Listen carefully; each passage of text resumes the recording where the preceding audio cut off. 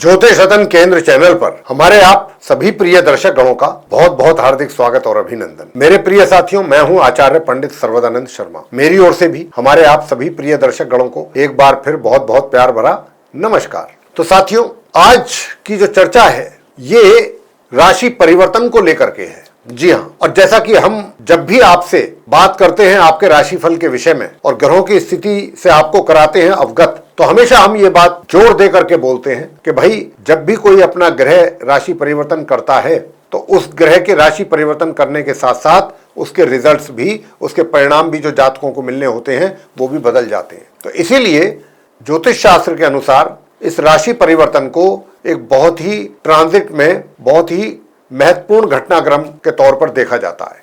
और यही कारण है कि जब भी किसी बड़े ग्रह का राशि परिवर्तन होता है तो हम उसका अलग से एक वीडियो बना करके आप तक पहुंचाते हैं। क्यों? कि भाई अब ये ग्रह अपना राशि परिवर्तन करके इस राशि से निकल करके इस राशि में जा रहा है, इस तारीख को जा रहा है और इस तारीख तक ये रहेगा, इस महीने तक ये रहेगा, तो हमारे आप सभी 12 राशियों पर इसका क्या प्रभाव पड़ेगा, क्या किस प्रकार के रिजल्ट्स आपको मिलने जा रहे हैं। तो ये अपने आप में एक बहुत महत्वपूर्ण बात है। और अगर कहीं ऐसा होता है कि भाई जो ग्रह अपना राशि परिवर्तन कर रहा है, अगर कहीं उसके राशि परिवर्तन करने के कारण जातकों को कुछ नेगेटिव रिजल्ट्स मिलने की बात है, मान लीजिए उसकी स्थिति कमजोर हो गई या थोड़ा अशुभ ग्रहों के प्रभाव में आ गया, तो निश्चित रूप से रिजल्ट्स भी जो है प्रभावित होंगे। तो ऐसे में फिर हम आपको उसके उपाय भी बताते हैं कि भाई ये उपाय आप कीजिए तो इससे आपके लिए चीजें बेहतर दिशा में चलेंगी, अच्छी दिशा में चीजें होती हुई आपको महसूस होंगी, अच्छे समय पर आपके कार्य पूरे होते रहेंगे बिना किसी प्रॉब्लम के। तो आज की साथियों जो चर्चा है ज्योतिष शास्त्र के अनुसार,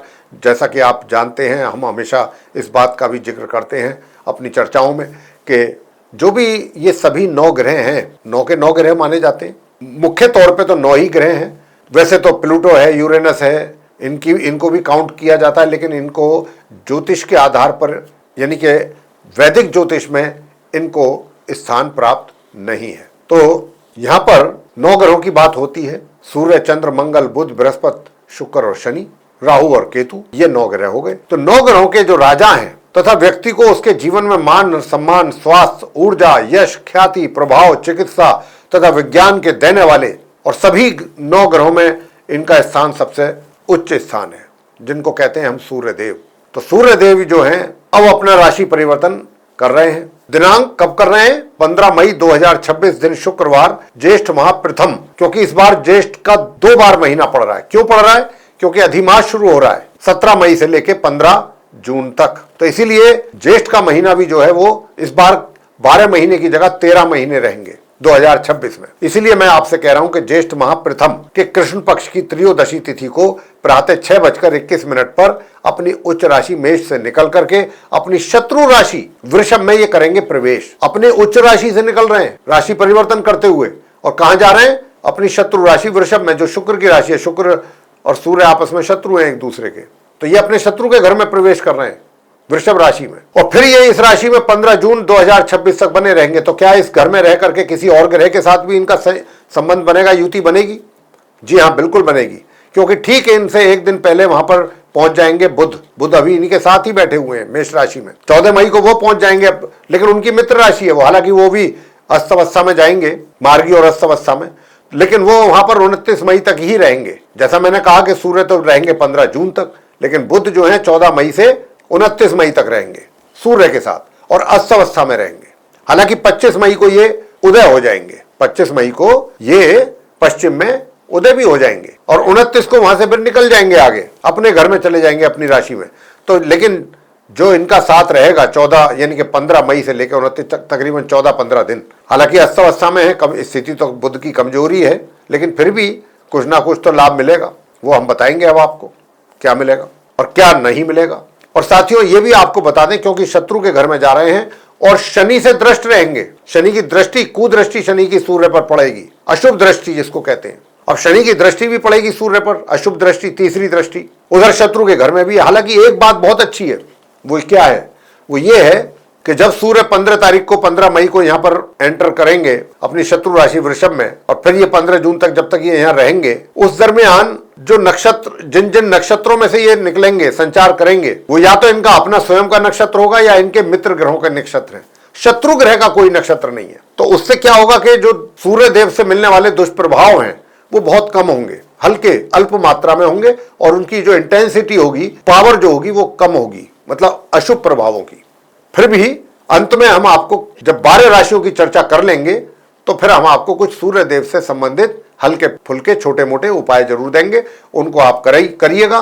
निश्चित रूप से आपके लिए सूर्य देव के द्वारा अच्छे परिणामों की ही प्राप्ति होगी 15 जून तक, 15 मई से। अब उसमें जो पहला जो नक्षत्र है जिसमें ये रहेंगे, कृत्तिका नक्षत्र, इनका अपना स्वयं का नक्षत्र है 15 मई से। उसके बाद जब वहां से निकलेंगे कृत्तिका नक्षत्र से तो ये जाएंगे रोहिणी नक्षत्र में। रोहिणी नक्षत्र जो है वो चंद्रमा का है। और उसके बाद जाएंगे फिर मृगशीरा नक्षत्र में। मृगशीरा नक्षत्र जो है वो मंगल का है, वो भी इनके परम मित्र है। तो ये एक चीज बहुत अच्छी है, प्लस पॉइंट है। बेशक शत्रु राशि में जा रहे हैं, बेशक उनके शत्रु ग्रह शनि की अशुभ दृष्टि इन पर पड़ने वाली है, इसमें कोई दो राह नहीं है। लेकिन अब देखिए किस प्रकार के रिजल्ट्स आते हैं, आगे चर्चा का विषय है ये। तो आइए अब ये जानते हैं कि सूर्य देव का, ये तो हमने आपको बता दिया 15 मई से 15 जून तक ये अपनी शत्रु राशि वृषभ में रहेंगे, जिसमें कि 15 मई से और 29 मई तक ये अपने समग्रह बुध के साथ भी इनका संबंध बनेगा। तो आइए अब किस प्रकार के रिजल्ट सभी 12 राशि लगन राशि के जातकों के लिए बन रहे हैं उनकी चर्चा करेंगे। अब बिल्कुल अंत में जाके आपको सूर्य देव से संबंधित कुछ हल्के फुल्के छोटे मोटे सटीक उपाय भी देंगे, जिनको अगर आप करते हैं, श्रद्धा भाव से करते हैं, तो निश्चित रूप से बेहतर परिणामों की प्राप्ति कर सकेंगे। तो आइए सबसे पहले बात करें मेष राशि की। लेकिन उससे पहले एक छोटी सी बात आपसे रिक्वेस्ट है हमारी, वो क्या है? वो ये है कि अगर अभी आप हमारे चैनल पर नए हैं साथियों, तो आप हमारे इस चैनल ज्योतिष रतन केंद्र को भी सब्सक्राइब जरूर कर लीजिए। क्यों? क्योंकि सब्सक्राइब के साथ साथ आप बेल आइकन भी प्रेस कर लीजिए, क्योंकि आने वाले दिनों में जो भी वीडियोस हमारे द्वारा एस्ट्रोलॉजी से रिलेटेड तैयार होंगे अलग अलग विषयों पे, वे सभी वीडियोस आप तक आसानी से पहुंचेंगे और आप भी समय पर वीडियो के माध्यम से भिन्न भिन्न प्रकार की जानकारियां प्राप्त कर पाएंगे, उनका लाभ आपको मिल पाएगा ज्योतिष से संबंधित। तो आइए सबसे पहले बात करते हैं मेष लगन राशि के जातकों के विषय में, जिनका कि एरीज असेंडेंट बनता है। अब क्योंकि सूर्य जो है आपके चार्ट में मेष लगन राशि के जातकों के पंचम भाव के लॉर्ड हैं, और पंचम भाव के लॉर्ड होकर के उच्च राशि में बैठे हुए हैं, लेकिन 15 मई को चले गए ये। अब बात तो हम जो भी इस चर्चा में आपके साथ इस कार्यक्रम में चर्चा करेंगे वो करेंगे कि भाई 15 मई से 15 जून तक का जो समय है, एक महीने का, जो सूर्य अपनी वृषभ राशि में रहेंगे, तो आपको किस प्रकार के परिणामों की प्राप्ति होने जा रही है। तो बात क्योंकि मेष लगन राशि के जातकों को लेकर के चल रही है, तो मैं यही कहूंगा कि वैसे तो ये पंचम भाव के स्वामी हैं, लेकिन ये सेकंड हाउस में जा रहे हैं। तो देखिए यहां जा रहे हैं तो एक तो अपने आंख और दांत से संबंधित स्वास्थ्य में आपके कुछ कमी रहने के संकेत हैं। अपने स्वास्थ्य का जरूर ध्यान रखिएगा। और जो हमारे नॉर्मल एजुकेशन लेने वाले स्टूडेंट्स हैं, उनको भी अपनी पढ़ाई को लेकर के बहुत सजग और सावधान और मेहनत, फोकस अपनी पढ़ाई पर अधिक रखना पड़ेगा। इसी प्रकार संतान के द्वारा भी अपने माता पिता को, अगर आप चाहते हैं अच्छे परिणामों की प्राप्ति हो सके आपके द्वारा, तो आपको भी कठिन परिश्रम करने की आवश्यकता रहेगी। उधर घर परिवार के जो सदस्य हैं उनके साथ तालमेल अच्छा बना के रखना आपकी जिम्मेदारी होगी। जहां तक इस बात का प्रश्न है कि भाई धन की स्थिति कैसी रहेगी, तो धन की स्थिति आपके लिए थोड़ा संचय करना थोड़ा सा मुश्किल रहेगा, लेकिन अगर प्रॉपर प्लानिंग करके चलेंगे तो बात अच्छी बन सकती है। और मैं आपको ये भी बताना चाहूंगा कि 15 मई से 29 मई के बीच में अगर आप मार्केटिंग जैसे किसी डिपार्टमेंट में कार्यरत हैं या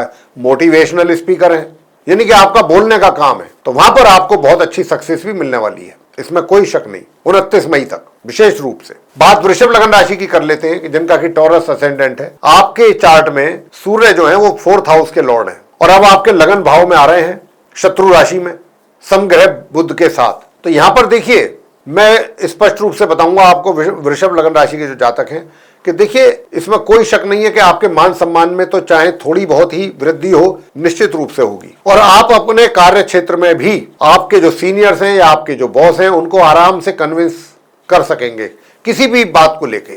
और खास तौर से 15 मई से लेकर 29 मई के बीच जो भी चीज आप उनके साथ डिस्कस करेंगे या उनको सलाह मशवरा देंगे, वो आपकी बातों को सुनेंगे भी और आपकी बातों को माना भी जाएगा। वैवाहिक संबंधों की अगर मैं बात करूं तो देखिए वैवाहिक संबंधों का तो ऐसा है कि वैवाहिक संबंध तो आपके अच्छे ही रहेंगे। बीच बीच में छोटी मोटी कुछ समस्या हो सकती है, लेकिन अच्छे रहेंगे। और पार्टनरशिप में भी अगर कोई कार्य कर रहे हैं आप, तो वहां पर भी अच्छे परिणामों की प्राप्ति के योग बन रहे हैं। अब आगे बात करते हैं मिथुन लगन राशि के जो हमारे जातक हैं जिनका कि जेमिनी असेंडेंट। अब जिनका जेमिनी असेंडेंट है, सूर्य जो है आपके चार्ट में 3rd हाउस के लॉर्ड है, 3य भाव के कर्मेश हैं, मतलब पुरुषार्थ, कर्म करने वाला व्यक्ति, मेहनत, पराक्रम। ये तो देखिए छोटी दूरी की यात्राओं को करने में थोड़ी दिक्कतों का सामना भी करना पड़ सकता है, और आपको बड़ी दूरी की यात्राएं अगर आप करते हैं तो वहां भी थोड़ा सा सावधानी के साथ यात्रा करें, थोड़ा सचेत रहें, अपने सामान की भी पूरी तरह से हिफाजत आपको करनी है। कोई भी यात्रा के दौरान लापरवाही आपके लिए परेशानी का कारण बन सकती है। जो आपके विरोधी हैं वो थोड़ा शांत रहेंगे, कोशिश तो करेंगे आपको कुछ नुकसान पहुंचाने की, लेकिन उनको सफलता प्राप्त नहीं होगी। जहां तक इस बात का प्रश्न है कि आपका कार्य मतलब आपका पराक्रम कैसा रहेगा, पराक्रम में थोड़ी कमी के संकेत हैं, तो यहां पर अपने पराक्रम पर आपको अधिक ध्यान देना जरूरी है। खर्च की अधिकता रहेगी, खर्च पर अपने कंट्रोल रखें, खर्च का बहुत ध्यान रखिएगा। दूर दराज की यात्राएं जरूर करने के योग बनेंगे। इस दूर दराज की यात्राओं को करने के पीछे जो भी आपका मोटिव हो, जो भी पर्पस हो, वो भी किसी ना किसी हद तक तो पूरा होगा। कर्क राशि के जातकों को लेकर के बात करेंगे जिनका कि कैंसर साइन है। तो आपके चार्ट में यूं तो 2nd हाउस के लॉर्ड हैं सूर्य, लेकिन ये आ रहे हैं 11th हाउस में। अब क्योंकि धनेश लाभ स्थान में आ रहा है तो देखिए लाभ तो आपको जरूर होगा, बेशक उतनी मात्रा में ना हो जितना होना चाहिए धन का आगमन आपके हाथों में, लेकिन होगा। धन का संचय करने में भी थोड़ी दिक्कतें आएंगी, लेकिन अगर आप गणपति जी की पूजा कर रहे हैं, सूर्य देव, वो मैं बताऊंगा कि आपको जो सूर्य देव की उपाय करने हैं, लेकिन गणपति जी का पूजा तो आप कर्क राशि के जातक जरूर करें। नॉर्मल एजुकेशन लेने वाले स्टूडेंट्स अच्छे परिणामों की प्राप्ति उनको हो सकेगी। मित्रों का सहयोग मिलने में थोड़ी कमी रहेगी। बड़े भाई बहनों का भी आशीर्वाद और प्यार में थोड़ी वो कंजूसी करेंगे आपके लिए। धन का जो आगमन है, मैंने जैसा कहा कि देखिए धनेश लाभ स्थान में तो धन तो आएगा, लेकिन जितनी मात्रा में आना चाहिए उसमें कमी रहेगी। बात आगे सिंह राशि को लेकर के करेंगे जिनका कि लियो असेंडेंट है। अब जिनका लियो असेंडेंट है, आपकी लगन भाव के ही स्वामी तो हैं सूर्यदेव, 10th भाव में आ रहे हैं। तो देखिए कहने को तो शत्रु राशि में है, शत्रु से दृष्ट हैं शनिदेव से, तो रिजल्ट्स जो भी आपको मिलेंगे, अब रिजल्ट क्योंकि ये आपका करियर का हाउस है, करियर का हाउस होने की वजह से यहां पर रिजल्ट्स तो आपको अच्छे मिलेंगे। मैं ये नहीं कहता कि बिल्कुल नहीं मिलेंगे, जरूर मिलेंगे, लेकिन उसमें थोड़ा समय लगेगा, स्पीड कम रहेगी, और जिस मात्रा में आपको अच्छे परिणाम मिलने चाहिए उतने नहीं मिल पाएंगे, ये रहेगा। लेकिन अगर आप उपाय भी करेंगे हमारे बताए हुए सूर्यदेव से संबंधित, तो निश्चित रूप से अच्छे परिणामों की प्राप्ति भी आपको अवश्य होगी। अपने कार्य क्षेत्र से संबंधित आपकी पदोन्नति तक भी हो सकती है, आपकी जिम्मेदारियां भी बढ़ सकती हैं। जहां तक सुख सुविधाओं का प्रश्न है, तो सुख सुविधाओं का भी लाभ आप सिंह लगन राशि के जातकों को मिलेगा। आगे बात करेंगे कन्या लगन राशि के जातकों को लेकर के जिनका कि विर्गो असेंडेंट है। आपकी चार्ट में सूर्य जो है 12th भाव के लॉर्ड हैं और भाग्य भाव में ही आ रहे हैं 15 मई से लेकर 15 जून तक। साथ में बुध भी होंगे 29 मई तक। अब क्योंकि यहाँ पर सूर्य और बुध एक साथ हैं, कहने को तो ये बुधादित्य राजयोग लगता है, लेकिन ऐसा है नहीं, काश ऐसा होता। लेकिन फिर भी इतना होने के बाद भी कि सूर्य अपनी शत्रु राशि में है। अब क्योंकि मंगल बराबर में बैठे हैं, तो यहाँ पर पराक्रम तो वृद्धि आपकी कर रहे हैं, पराक्रम में वृद्धि है, हार्ड वर्किंग रहेंगे आप, अच्छी मेहनत करेंगे, मगर थोड़ा सा परिजनों के साथ, आपके फैमिली मेंबर्स के साथ थोड़ी अनबन रह सकती है। भाग्य का पूरा सहयोग ना मिले उसमें थोड़ी कमी। उधर हायर स्टडीज वाले स्टूडेंट्स भी जितनी मेहनत करेंगे या जितना वो चाहेंगे रिजल्ट्स मिलना, उसमें कमी। तो ऐसी कुछ स्थिति आपकी रहने वाली है। दूर दराज की यात्राओं को सोच समझ करके ही करें। और कन्या राशि के जातक एक उपाय जरूर करते रहें, और वो क्या है, वो दूसरे उपाय तो मैं अंत में बताऊंगा। एक उपाय आप ये है कि आप काले सफेद रंग के कुत्ते को डेली बेसिस पे रोटी जरूर खिलाएं, लाल ये अपना सरसों का तेल लगा करके, मीठी रोटी, ये आपको खिलाना है। अब आगे बात करते हैं तुला लगन राशि के जातकों को लेकर के कि भाई आपके चार्ट में सूर्य जो है वो लाभ भाव के स्वामी, अर्निंग के लॉर्ड है, धन लाभ के स्वामी, और वो भाग्य भाव से एक भाव पहले यानी कि 8th भाव में आ रहे हैं 15 मई से लेकर 15 जून तक। अपने समग्रह बुध के साथ रहेंगे वो 15 मई से 29 मई तक। तो यहां पर आने पर देखिए धन का जो आगमन है तुला लगन राशि के जातकों को, उसमें थोड़ी बाधा तो जरूर है, यानी कि धन का लाभ आने में जो आप एक्सपेक्ट करेंगे या जो आपके हाथों में धन आना चाहिए उतना ना आकर के थोड़ा थोड़ा आए, रुक रुक करके आए, ऐसे आएगा। लेकिन इसके बावजूद भी विशेष रूप से 15 मई से लेकर 29 मई तक, और मैं कहूंगा 25 मई से 29 मई तक का जो समय है, 4 दिन का, 5 दिन का, इस 5 दिन के समय में आपको धन की स्थिति आपकी बेहतर होगी, मजबूत होगी। 25 मई से 29 मई के बीच में। धन की स्थिति भी बेहतर होगी साथियों, और धन का संचय भी आप अच्छी मात्रा में जरूर कर सकेंगे। और साथ ही अगर आप इस मंत्र का जाप करें, ओम एक दंताय विद्महे वक्रतुंडाय धीमहि तन्नो दंती प्रचोदयात्। ओम एक दंताय विद्महि, ओम एक दंताय विद्महे वक्रतुंडाय धीमहि तन्नो दंती प्रचोदयात्। इसका एक माला इस मंत्र का जाप करें आप, तो धन के लाभ में भी वृद्धि होगी। और सूर्य देव की उपासना, तो उसके लिए तो हम अंत में बताएंगे आपको उपाय कैसे करनी है, क्या उपाय करने हैं। तो फिर आपको अच्छे परिणामों की भी प्राप्ति होगी, धन का भी लाभ होगा। बात वृश्चिक लगन राशि के जातकों को लेकर के करेंगे, जिनका कि स्कॉर्पियो साइन है, स्कॉर्पियो असेंडेंट। तो आपके चार्ट में सूर्य जो है वो दशमेश है, यानी कि आपके कार्य क्षेत्र के लॉर्ड हैं, प्रोफेशन के, और ये सप्तम भाव में रहेंगे। रहने को तो ये जैसा मैंने कहा है कि शत्रु के घर में रहेंगे, साथ में सम ग्रह भी रहेंगे, कुछ अपने और अपने मित्र ग्रहों के भी ये नक्षत्रों में रहेंगे। अब किसी शत्रु के नक्षत्र में नहीं रहेंगे, तो वहाँ पर स्थिति वो काफ़ी अच्छी है, मैं ये कहूँगा।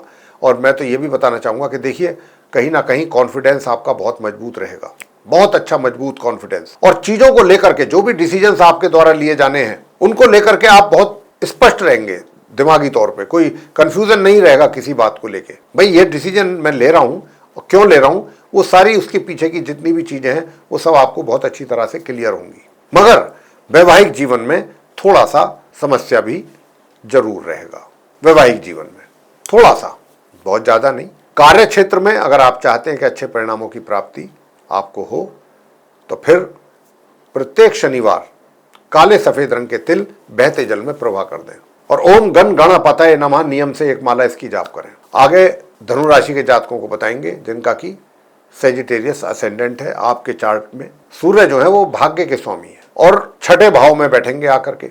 निश्चित रूप से देखिए, यहाँ बैठेंगे और शत्रु के घर में भी बैठेंगे मैं, और अपने शत्रु से दृष्ट भी होंगे, पापी ग्रह शनि से।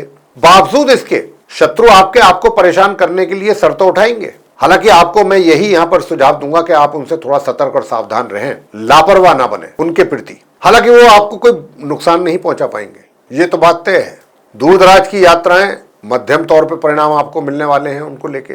जो आपके रोग हैं, रोग भी बहुत ज्यादा परेशान आपको नहीं कर सकेंगे। मगर इतना मैं कहूंगा कि अगर धनु लगन राशि के जातक कोई लोन आदि लेने की विचार अपना बना रहे हैं, तो अभी फिलहाल विचार अपना ड्रॉप कर दें आइडिया। मकर लगन राशि के जातकों को लेकर के बात करेंगे, जिनका कि कैप्रिकॉर्न असेंडेंट है। आपके चार्ट में सूर्य जो है अष्टम भाव के लॉर्ड हैं और पंचम भाव में रहेंगे अपनी शत्रु राशि में अपने समग्रह बुध के साथ। भाई देखिए, मैं बताना चाहता हूं कि आप मकर लगन राशि के जो नॉर्मल एजुकेशन लेने वाले स्टूडेंट्स हैं, बस जो अंत में हम उपाय देंगे वो करिएगा। बहुत अच्छे परिणाम आपको प्राप्त हो जाएंगे उपायों को करते हुए। उन उपायों को भी अगर आप कर रहे हैं तो बहुत अच्छे परिणामों की प्राप्ति, विशेष रूप से 15 मई से 29 मई के बीच। धन का लाभ भी आपको सामान्य रूप से होता रहेगा।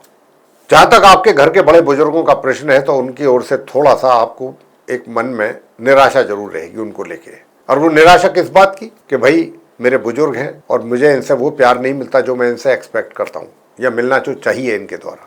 ऐसी ही कुछ छोटी मोटी चीज़ों को लेकर के मन में थोड़ा सा निराशा उनके प्रति आपकी रहने की संभावना दिखती है। बात आगे करते हैं कि भाई संतान के द्वारा भी अगर आप हार्ड वर्कर हैं, मेहनत कर रहे हैं, तो अच्छी मेहनत करके आप अपने माता पिता को कुछ अच्छे और बेहतर परिणाम दे सकते हैं, लेकिन उसके लिए हार्ड वर्क करना पड़ेगा बहुत। कुंभ लगन राशि के जातकों को बताना चाहेंगे कि जिनका कि एक्वेरियस असेंडेंट है, कि आपके चार्ट में जो सूर्य देव हैं वो सप्तम भाव के स्वामी हैं, पति पत्नी के घर के स्वामी हैं। और यहाँ पर जो है चतुर्थ भाव में सूर्य आ रहे हैं, तो यहाँ पर आ रहे हैं तो थोड़ा सा सुखों में तो कमी जरूर है, सुखों में थोड़ी सी कमी के संकेत तो दे रहे हैं। मगर आपके कार्य क्षेत्र में बहुत अच्छे परिणाम भी आपको मिलेंगे और वहां पर आपके द्वारा किए गए कार्यों की भूरी भूरी प्रशंसा आपके सीनियर्स, आपके बॉस सभी के द्वारा होगी। बल्कि अगर कोई आपको उन्नति भी मिल जाए, प्रमोशन भी, पदोन्नति भी हो जाए, तो कोई आश्चर्य वाली बात नहीं है। अंत में बात करते हैं मीन लगन राशि के जातकों को लेकर के, जिनका कि पाइसेस असेंडेंट है। तो आपके चार्ट में सूर्य जो है ये छठे भाव के लॉर्ड हैं, थर्ड हाउस में आ रहे हैं। थर्ड हाउस में आ रहे हैं तो आपका पराक्रम तो बढ़ा रहे हैं, मेहनत तो आप कर लेंगे, और मेहनत कर लेंगे तो कार्य क्षेत्र में कुछ अच्छे परिणामों की प्राप्ति अवश्य होगी, अवश्य होगी। जहां तक आपके शत्रु विरोधियों का प्रश्न है, ये मैं आपको बता दूं कि देखिए, जब तक आप दूसरे उपाय तो हम आपको अब अंत में बताएंगे सभी 12 लगन राशि के जातकों को, लेकिन ये खास तौर से आप मीन लगन राशि के जातकों के लिए है कि आपको पूजा करनी है, गणेश चालीसा का पाठ करना है या गणेश स्तोत्रम का पाठ नियमित रूप से करना है। अगर आप चाहते हैं कि आपके विरोधी शांत रहें, स्वास्थ्य आपका अच्छा बना रहे, और सूर्य देव की भी उपासना नियमित रूप से करें। आप सूर्य चालीसा का पाठ कर सकते हैं, सूर्य देव के मंत्रों का जप कर सकते हैं। ओम ह्रीम ह्रीम सूर्याय नमः, एक माला इस मंत्र की नियमित रूप से कर लें। पराक्रम तो आपका बढ़ेगा ही, मेहनत तो आप करेंगे ही, छोटी दूरियों की यात्राओं से भी लाभ होगा, छोटे भाई बहन भी आपको सहयोग देंगे इस उपाय को करके, और आपका भाग्य का भी सपोर्ट आपको मिल रहा है। जब भाग्य का सपोर्ट मिलता है ना साथियों, तो बहुत सारे काम आपके स्वतः ही पूरे हो जाते हैं। कुछ कार्यों में आपको एफर्ट डालने पड़ते हैं, जहां पर मैंने अभी बताया भी है कि आपको मेहनत करके आप अपने कार्य क्षेत्र में सफल पूर्ण रूप से होंगे। तो साथियों, ये था हमारे आप सभी 12 लगन राशियों के जातकों को लेकर के चर्चा कि भाई सूर्य देव का जब राशि परिवर्तन होगा तो उनके राशि परिवर्तन होने के उपरांत सभी 12 लगन राशि के जातकों को किस किस रूप में और क्या क्या रिजल्ट्स प्राप्त होंगे, उपाय बता रहे हैं। देखिए, प्रत्येक रविवार अब जो सभी 12 लगन राशि के जातकों को उपाय करने हैं, प्रत्येक रविवार आप गुड़ का दान कर सकते हैं। आप गुड़ रोटी पर रख करके गौ माता को खिलाएं। गौ माता को आदित्य हृदय स्तोत्र का पाठ करें नियमित रूप से। सूर्य देव को जल दें, तांबे के पात्र से एक चुटकी उसमें रोली या कुमकुम मिला लें। सूर्य देव को अर्घ्य देने के उपरांत घर के पूजा घर के सामने बैठ जाएं, पूरब की ओर को मुंह करें और आदित्य हृदय स्तोत्र का करें पाठ। चाहे आप 10 ही मिनट करें, ये नहीं कि पूरा करना है। और अगर आप मंत्रों का जाप करने में अपने आप को कंफर्ट फील करते हैं तो उनके मंत्र भी बहुत हैं। ओम ह्रीम ह्रीम सूर्याय नमः, ओम ह्राम ह्रीम ह्रौम से सूर्याय नमः, ओम घृणी सूर्याय नमः, ओम सूर्याय नमः, ओम आदित्याय नमः, ओम भास्कराय नमः, ओम रवये नमः। बहुत सारे मंत्र हैं, कोई भी एक मंत्र आप कर सकते हैं, एक माला नियमित रूप से सूर्य देव की। और रविवार के दिन या तो गुड़ का दान करें किसी धार्मिक स्थल पर, गुड़ और आटा गौ माता को खिलाएं या गुड़ रोटी पर रख करके गौ माता को जरूर खिलाएं अपने भोजन करने से पहले। और अगर आप रोज नहीं कर सकते तो रविवार के दिन तो जरूर करना है, लेकिन नित्य प्रतिदिन सूर्य देव को जल अवश्य दें, तांबे के पात्र। तो साथियों, ये था सूर्य देव को लेकर के चर्चा, उनके राशि परिवर्तन को लेकर के। हम ये आशा करते हैं कि आप अगर हमारे बताए हुए उपायों को करेंगे तो निश्चित रूप से आपको कुछ और अच्छे और बेहतर परिणामों की प्राप्ति आसानी से हो जाएगी। तो ये थी चर्चा साथियों सूर्य देव के अपने राशि परिवर्तन को लेकर के। ये चर्चा अगर हमारी आपको अच्छी लगी है, पसंद आई है, तो आप हमारे वीडियो को लाइक कर लें। और अगर अभी तक आपने हमारा चैनल सब्सक्राइब नहीं किया है तो चैनल को भी सब्सक्राइब करना ना भूलें। साथ ही बेल आइकन भी प्रेस कर लें ताकि आने वाले दिनों में आपको हमारे जो भी वीडियो एस्ट्रोलॉजी से रिलेटेड तैयार होते हैं वो आसानी से आप तक पहुँच पाएँ और उनका भी लाभ आप समय पर ले सकें। अधिक से अधिक मात्रा में वीडियो को शेयर करें ताकि आप इस जानकारी का लाभ ले सकें और आपका भी मान सम्मान बना रहे समाज में और उसमें वृद्धि हो। सूर्य देव तो मान सम्मान देते हैं, तो आप भी इनके उपाय करें और इनसे पूरा लाभ प्राप्त करें, सूर्य देव से एनर्जी प्राप्त करें। तो साथियों, ये जो चर्चा है, अब हम इसको यहाँ समाप्त कर रहे हैं और अपने आप सभी प्रिय दर्शक गणों से लेंगे इजाजत। आप सभी का सहृदय बहुत बहुत धन्यवाद। जय माता दी।